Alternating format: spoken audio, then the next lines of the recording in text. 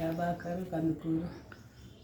Government sir, madam sir అయినా సరే, మీరైనా సరే, ఆ కందుకూరు ఒక జాగా విషయంలో మా అమ్మ ఈ స్థితికి ఈ విధంగా జరగడం జరిగింది.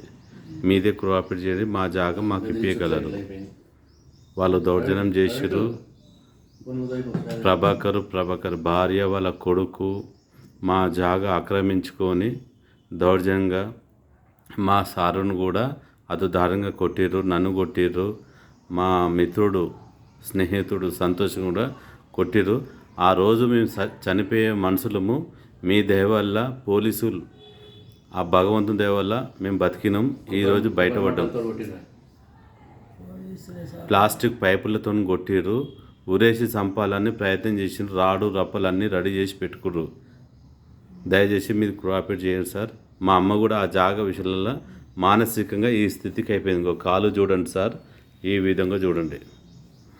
మా అమ్మకు రెగ్యులర్గా చూసేటోని. ఈరోజు ఈ విధంగా జరిగింది.